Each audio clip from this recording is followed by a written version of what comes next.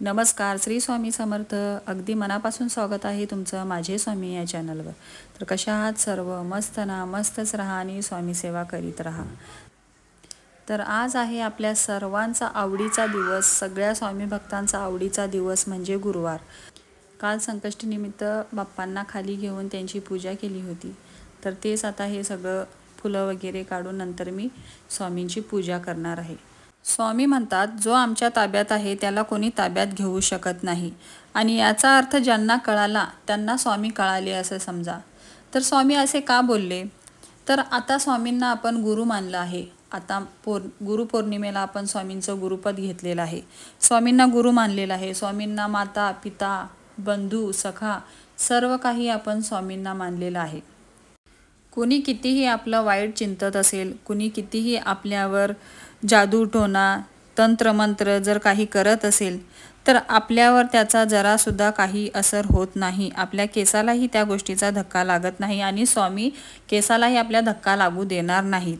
कारण आपण स्वामींचे सेवेकरी आहोत. त्यामुळे आपलं सर्व काही आहे ते आपले स्वामी करता करविता आहेत आपले.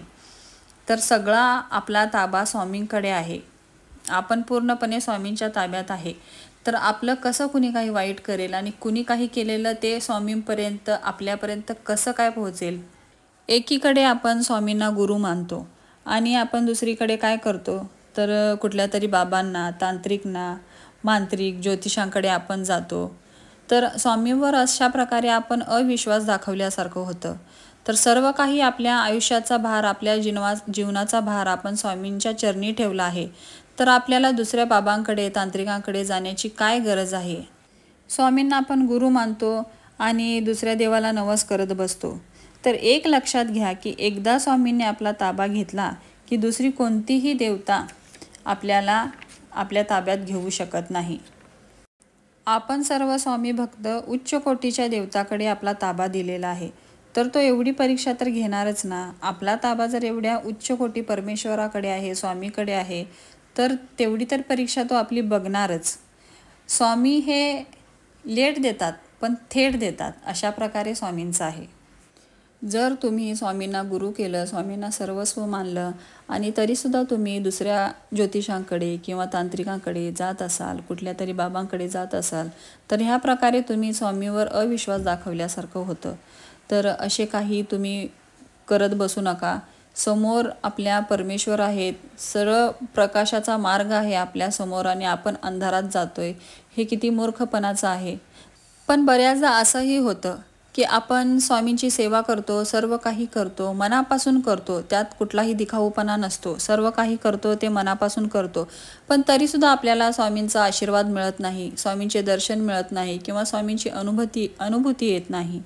तर असं का घडतं? तर त्या पाठीमागचं कारण हे आहे की नियतीचेही काही नियम आहेत आणि त्या नियतीच्या नियमापलीकडे स्वामीही जात नाहीत. तर आपल्या घरात सर्वात प्रथम अधिकार असतो आपल्या पितरांचा. आपल्या पितरांच्या अधिकारानंतर दुसरा अधिकार असतो आपल्या कुलदेवी, कुलदेवतांचा. आणि नंतर जो अधिकार असतो तो आपल्या इष्टदेवतेचा असतो. तर सर्वात आधी आपण पितरांची सेवा करायला हवी. पितरांना नैवेद्य अर्पण करा, पितरांना नमस्कार करा, पितरांची स्तुती म्हणा आणि पितरांचा आशीर्वाद घ्या. पितरांचं स्मरण आपण कायम ठेवलं पाहिजे. त्यामुळे पितरांचा आशीर्वाद आपल्यावर राहतो. पितरांबरोबर आपल्याला कुलदेवतेची सेवा करायची आहे. तर त्यांचा आशीर्वाद जर आपल्यावर नसेल तर आपलं काहीच होऊ शकत नाही. कुलदेवता म्हणजे काय? तर आपल्या पूर्वजांनी त्यांची सेवा केलेली आहे, त्यांना नैवेद्य अर्पण केलेले आहे, त्यांची सेवा केलेली आहे, पूजा केलेली आहे आणि त्यांना मनवून त्यांचा आशीर्वाद घेऊन त्यांना ते आपल्या घरी घेऊन आले आहेत. घरातील कुटुंबांचा, घरातील सदस्यांचा उद्धार करण्यासाठी, सर्वांचं कल्याण करण्यासाठी ते त्यांना आपल्या घरी घेऊन आलेले आहेत.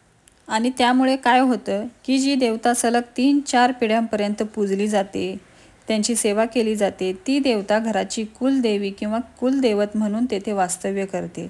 तर अशात जर आपण त्यांना पूजलं नाही, त्यांची सेवा केली नाही, त्यांना नैवेद्य वगैरे अर्पण केलं नाही, तर कसं आपल्याला त्यांचा आशीर्वाद मिळेल? ते आपल्यावर नाराजच होतील ना. आपली पिढ्यानपिढ्या त्यांची सेवा करते आणि आपण त्यांची सेवा सोडून आपल्या इष्टदेवाची सेवा करतोय, तर ते नाराजच होतील. आणि आपल्या स्वामींचं असं आहे की जे आजूबाजूची माणसं आहेत, आपले नातेवाईक आहेत, आपली आजूबाजूची जी माणसं आहे, त्यांचंसुद्धा स्वामी मन दुखवावं अशा कुठल्याही गोष्टी केलेल्या स्वामींना आवडत नाही, की त्यांची मनं आपण दुखवून कुठलं तरी काम करावं. तर आपण आपल्या कुलदेवीला नाराज करून त्यांचं मन दुखून केलेलं काम त्यात आपल्याला कसं काय यश मिळेल, त्यामध्ये कसा काय स्वामींचा आशीर्वाद असेल. तर त्यामुळेच सर्वात आधी पितरांचा आशीर्वाद घ्यायला हवा, कुलदेवतेचा आशीर्वाद घ्यायला हवा, त्यांची सेवा करायला पाहिजे. त्यांचा जो काही मान आहे, मान सन्मान त्यांचा करायला पाहिजे, त्यांना द्यायला पाहिजे. तरच स्वामीचा आशीर्वाद आपल्याला मिळेल, स्वामी आपल्यावर कृपा करतील. तर सर्वात आधी आपण आपल्या कुलदेवतेची आणि पितरांची सेवा करायला हवी, तरच स्वामी आपल्याला आशीर्वाद देतील. आपल्या मनातल्या ज्या काही इच्छा आहेत त्या पूर्ण होतील, आपली काही अडलेली कामे आहेत तर ती मार्गी लागतील. आपण फक्त स्वामींचं करत राहिलो आणि आपल्या कुलदेवतेला आपण नाराज केलं, आपल्या पितरांना आपण नाराज करत बसलो, तर स्वामीही आपल्यावर आशीर्वाद देणार नाही किंवा आपल्यावर प्रसन्न होणार नाहीत. तर या काही बारीक सारीक गोष्टी असतात की त्याकडे आपण दुर्लक्ष करतो आणि आपण हाच विचार करत बसतो की आपण एवढं काही केलं स्वामींचं तरी स्वामी प्रसन्न होत नाहीत, स्वामी आशीर्वाद देत नाही, स्वामी दर्शन देत नाहीत.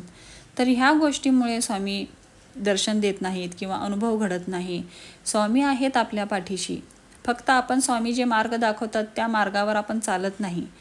स्वामी जो मार्ग दाखवतात त्या मार्गावर आपण जर चालत राहिलो ना, तर स्वामी आपली साथ कधीच सोडत नाही. आपल्याला जो स्वामी मार्ग दाखवत असतात तो स्वामी आपल्याला कळवून पण देत असतात. तो मार्ग आपल्या मनात येत पण असतो, आपल्याला दिसत पण असतो, पण आपलं मन तो मार्ग मानण्यासाठी तयार होत नाही. त्यामुळे आपण आपल्या स्वतःच्या मनाचं करून दुसराच मार्ग आपण निवडतो. तर त्यामुळेही स्वामी नाराज होतात आणि त्यामुळेही आपल्याला प्रचिती येत नाही आणि अनुभव घडत नाही.